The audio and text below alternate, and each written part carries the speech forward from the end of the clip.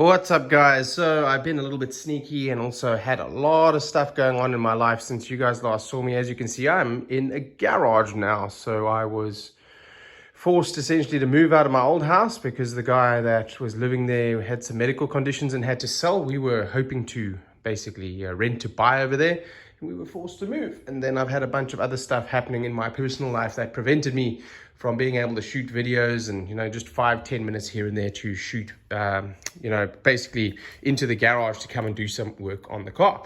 As you can see, I've been busy again. Things have changed. Been doing a lot actually, but I'll show you the reason why. The reason why is this bad boy right over here. This is the stock turbo.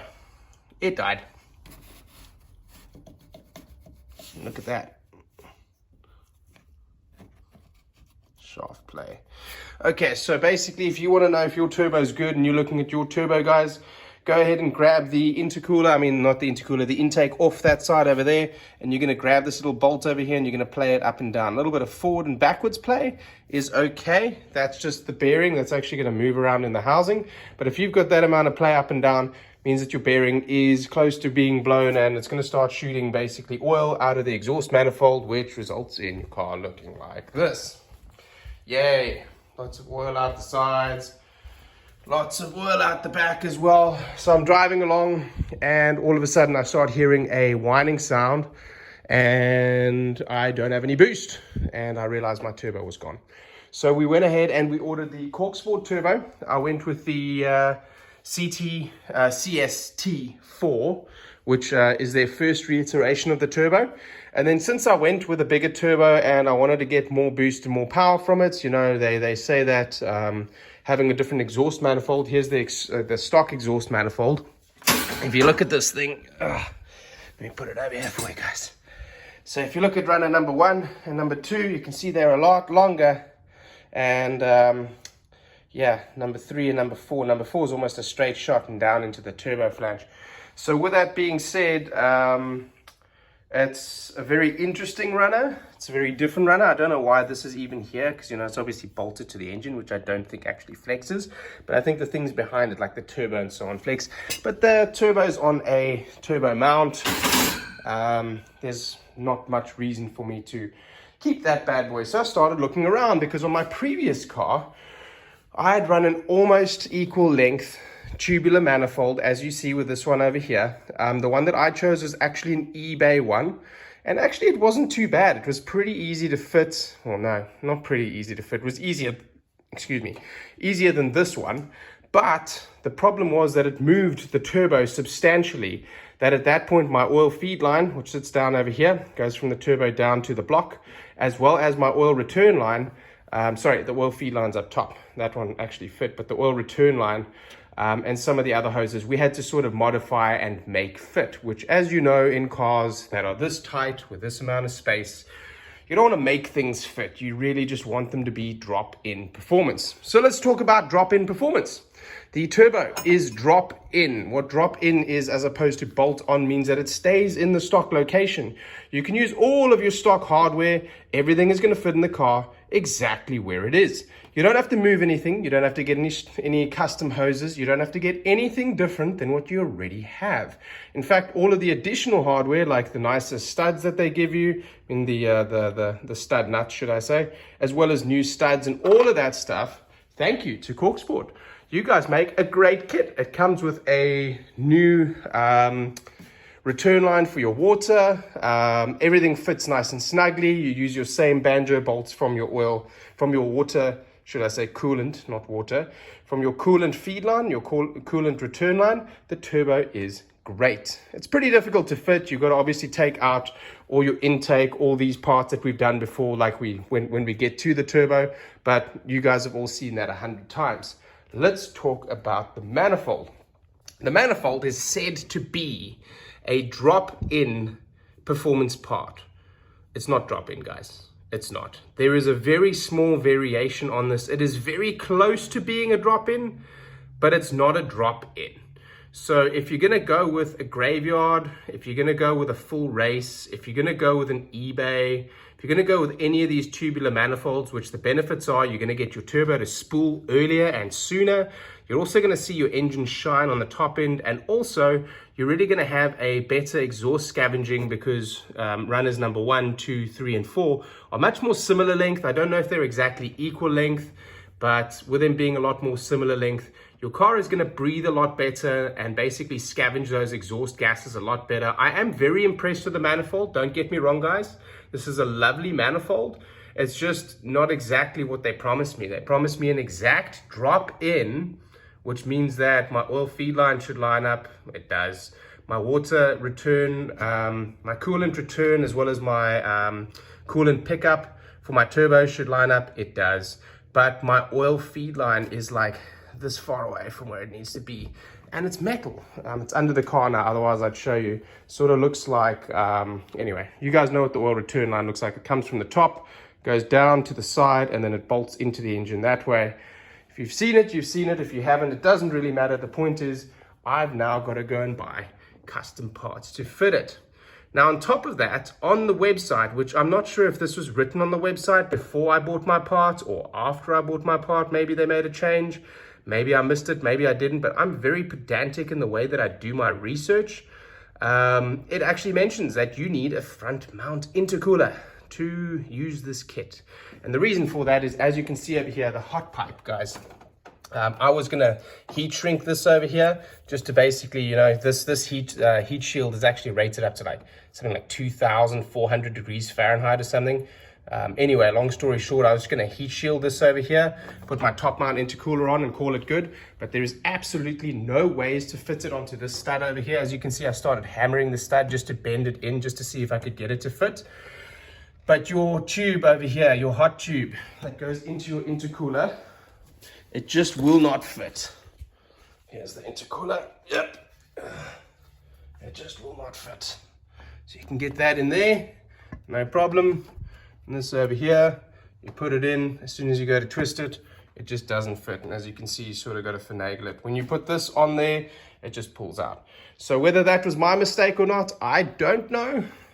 Whether they made changes on the website afterwards, I don't know, but I'm not going to blame them for that. What I'm going to do now is I'm going to go front mount intercooler.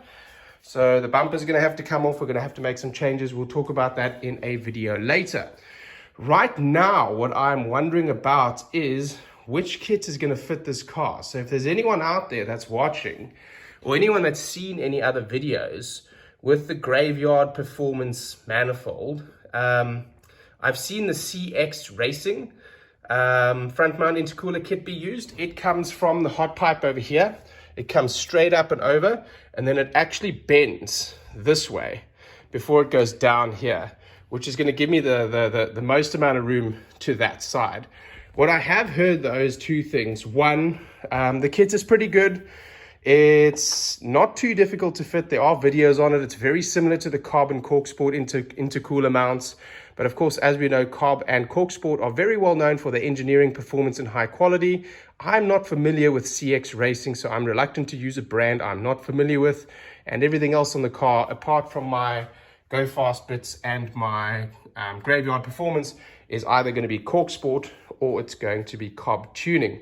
They fit well, they're factory fit, they are true drop-in performance parts that you do not need to get new hardware for, and if you do, they provide you with the hardware as well as instructions, and in many cases, excellent installation videos. Thank you, Cobb Tuning, thank you, Corksport, for your videos. You guys kick ass. Graveyard Performance, you also kick ass, and as does Go Fast Bits. I've had great support from everyone, except, of course, a lot of frustration probably caused by myself not seeing that on the website. Again, maybe an edit was made. I don't know. It doesn't really matter. I'm in now, because let me tell you something. To get this manifold in is a pain in the ass. It is a big pain in the ass. The eBay one actually was a little bit, the flange. I'll show you the flange over there. The flange sits a little bit in and a little bit over, and that's why your oil feed line doesn't work. But for that reason, the manifold is a little bit narrower, and that allows you to drop into this hole over here with the removal of this, which is pretty easy to do. With the Graveyard Performance, what's happening is with a manifold being that little bit fatter, you know, away from the flange over here with your turbo sitting a little bit further back, yeah, I had to remove, as you can see, the sway bar over here. I had to remove my windshield wipers. I had to remove all this cowling over here. And then it did drop in relatively easily. But then mounting it up was, again, a real bear. So let me tell you guys the sequence in which you should be doing this. Take the car apart as you wish. You're going to want to take all of this out, okay, which is going to be turbo inlets and intake, recirculation hose, turbo inlet, turbo over there. The turbo, there's two ways that you can do it. The one way that everybody recommends that you do it, which is unbolt the downpipe from this side over here. There's your downpipe, and then you're going to basically put the downpipe off. You don't have to take the O2 sensor off, by the way. So if you struggle with the O2 sensor, with the angle and getting it in right and getting the torque on and everything, and you just want to leave your O2 sensor on, you can. You can actually take the downpipe out, drop it to the side, and you can work on the turbo. As you know, if you've ever put on one of these downpipes, especially with a stock manifold, those nuts are incredibly difficult to get to. And for that reason, they're very difficult to torque to spec. And as such, you might have an exhaust leak.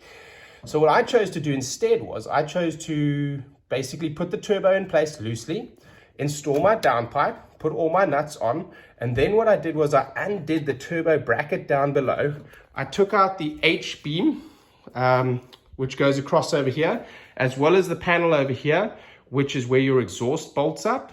Let me show you guys those actually. Let me see if I can see them. Yeah, there's the panel. Okay, so you're going to unbolt that. You're going to unbolt this this little thing over here that goes straight across. It's got two nuts, several bolts across. And the reason why you do that, and then you undo the two little bits over here that hold your downpipe, is so that then you can just drop the downpipe. And the downpipe is already set then on the turbo, and the turbo drops down, and now you can push the turbo back up and the studs back up into the holes. Two problems you're going to have. One, not a one-man job. Two, I've made a mistake. As you can see, one of my nuts back over there, that one over there, if you can see, I don't have a nut on it yet because it's impossible to get it on. There's just not enough clearance between where the manifold goes on and the T-bolts. So I'm going to have to undo that, finagle all of these bolts. Basically, as that stud comes through, that should be your first nut that you put on, and that'll allow you to fit it. Now that you've solved that problem, right, and you've got your manifold in, now you're going to go front mount intercooler. So again, my question to you guys out there that have seen the graveyard manifold, or anyone that's seen the graveyard manifold in any videos, what front mount intercoolers are they running? I would like to run the Cobb Tuning front mount intercooler. However, it's pretty expensive. It's about $1,100. It's $10.95 at most places. It's back ordered right now. I won't mind waiting for quality. I did wait almost 2 months for this manifold to come in because it was supposed to be exactly drop in. I was very disappointed actually that it's not, after waiting the amount of time and spending the amount of money that I did, almost $900 on the manifold. The eBay one actually worked really well, but I would have spent the additional money on just getting that oil return line and maybe just fabricating a couple of other parts, which I would have known how to do, but I was trying to avoid. So anyway, let's get back to it. Front mount intercooler is what we're going to do next now. Other updates that we've done on the car in the meantime was everything that you've seen in the previous videos, and we've spoken to Justin at FreakTune. Shout out to Justin. You are the man, my bro. You are awesome. Your maps have been great. They've been safe. They've been powerful. They felt great. They've been linear through the power range. The car's been responsive. It's been awesome. Unfortunately, before I could get to the E85 and be done with what I wanted to do at the time, the turbo blew. So why the turbo blew? I don't know. It could just be age. I mean, I only have 60,000 miles on the car, so I doubt it. It could be the previous owner actually didn't have it to stock. Maybe he was running this with a lot of other parts. I tried to buy the car stock. It could be that I'm venting to atmosphere entirely, 100%, which is as a result of the tune and the parts that Justin and I have chosen. And that could be that as I'm venting to atmosphere with no recirculation, that turbo is having to spool up more often and harder than what it would have otherwise recirculating, making it work harder and thus killing it. I'm not sure. Again, speculation, just some thoughts for you guys. You know, as you modify your car, these are some of the things that you're going to run into. So we're going to move forward now. I've bought a new big turbo tune from Justin at Freak Tune. Shout out again to Justin. You are the man. We're going to go E85 again. We've gone with the CST4. We've gone with a graveyard manifold. We're looking for a front mount intercooler now. It is Labor Day weekend. It is Monday today. Everything is closed. No one will talk. No one will answer questions. No phone lines are open. So we'll get to that soon and we will update you. So here are some of the things that you can expect to do for a front mount intercooler. Remove the bumper, remove the splash tray at the bottom. As you can see, mine is already out because of course I had to get to a bunch of things to work on the car over here. There's some cutting of the splash tray, but the very big benefit to the Cobb tuning front mount intercooler is, number one, it comes with its own brackets, which means that you're basically not going to cut or move any, you are going to cut one thing, excuse me. You're going to cut one bit of plastic. It's your splash guard down below over here. It's this little bit. So when you get the bumper off, you're going to get in here and there's these little ribs that stand up like this. You've actually got to flatten them all out, all the length of the way. There they are. That's them in there. See those ridged parts?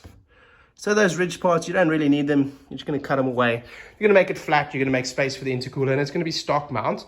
It's also going to be a very powerful intercooler in terms of its flow efficiency as well as quality. It's rated to up to, I believe, 500 horsepower with quite a lot of flow. It's very high quality. Everything Cobb Tuning makes is exceptionally high quality. Of course, you always get what you paid for, and as such, it's going to cost you some money. Yeah. So yeah, that's what I have been up to, guys. I'm going to keep you guys updated. I haven't even started the car yet. I've had the car on jacks now for almost 2 months because I've been waiting for the manifold. It's beautiful, guys. Don't get me wrong. It's stunning. Look at it. Awesome. Look at these flanges. Look at how thick this is. I wish you can see that. Yeah, there you can see it. Oh, nice fat boy flange. Look at that. Nice welds. Pretty good welds. I'm very impressed with that. Beautiful flange on that side as well. Very nice. Doesn't come with any hardware. It just comes as the manifold. There you go. They actually have it made for them by CW Welding. So that is custom made to their spec by CW Welding. I don't know if any of the other parts are made. If you haven't seen Graveyard Performance yet, they make lots of parts for Mazdaspeed, including your coolant reservoirs, including your manifolds. They also stock a lot of other parts from a lot of other manufacturers, including CX Racing, who has the turbo piping kit and the intercooler. Now, the problem with the CX Racing, if I may just touch on that, is that the intercooler itself, the core, is said not to be as efficient as what you need it to be from what I'm reading, but the piping may be ideal because remember, like I mentioned, it's going to come more across the engine here. It comes across the third one here, and then it sort of bends this way before it goes down, where the Cobb one just goes straight down here. And I don't know if that's going to meet or touch over here on the manifold anyway. So I've asked them the question, does it fit? If anyone else has seen that, please help me now. Please let me know in the comments down below. If you guys have got any questions about what I've been doing, about where I'm going and all that kind of stuff, let me know. Currently, I am in California. I do realize that these parts are non-Carbio compliant. So I'm moving states pretty soon. I'm going to be going off to North Carolina likely, where they do only OBD2 testing, which means basically if I've got no check engine lights, which I won't have, I'm going to pass my smog and I'm going to be fine.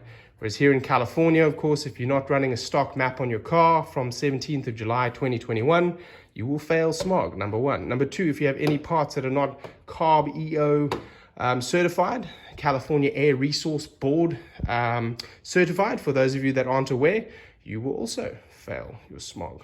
That will be causing a problem for me. The front mount intercooler will be causing a problem for me. I was really hoping that I could sort of hide this with a heat shield and then put my top mount intercooler back on and it'll sort of sit right there. As you can see, if you're looking at the engine, there's not much really that you can see, and everything else looks stock. And the intake is Carbio rated. The turbo inlet hose is Carbio rated. You can change your hoses if you want. They're just better performance quality hoses. That's not really going to make any difference in terms of your Carbio. The exhaust, I don't know if it's Carbio rated. The downpipe may or may not be rated. Running the Cobb downpipe right now, I don't think it is. So with that being said, of course, this car has only been used on off-road use since I've done those modifications. I have, of course, driven the car at Reading Drag Strip. So that's here in California. And I got some pretty good times with it. But of course, with that turbo not being as good as what I thought it was, I thought it was doing pretty well. I thought its life would be great. You know, buying a low mileage car was my goal here. It was dead as a donkey. I managed to get a 13.6, which is a respectable but not that fast time down the drag strip with my limited drag racing skills, and a pretty good car. And I beat some pretty big cars as well. I've beaten some pretty decent V8s, lots of Fox body Mustangs, etc, etc, etc. So, you know, I've been very impressed with the car. The engine feels very strong. Some changes between the 2010 and the 2012. But yeah, that's what I've been up to, guys. Sorry for the long video. I just want to fill you guys in on everything if you're interested.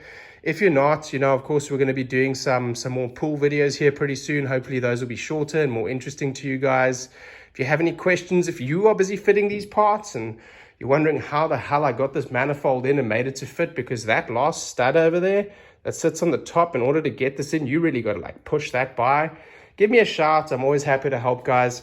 We'll catch you next time. Hopefully, I'm going to get an answer here from Graveyard Performance pretty soon if the Cobb front mount intercooler works. If it does, I'm getting that.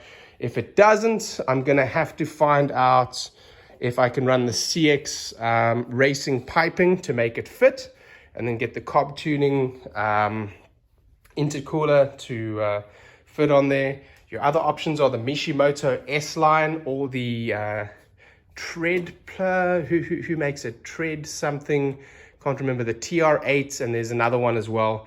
I don't like them for two reasons. One, you've got to change the crash bar out in the front, which adds an additional expense.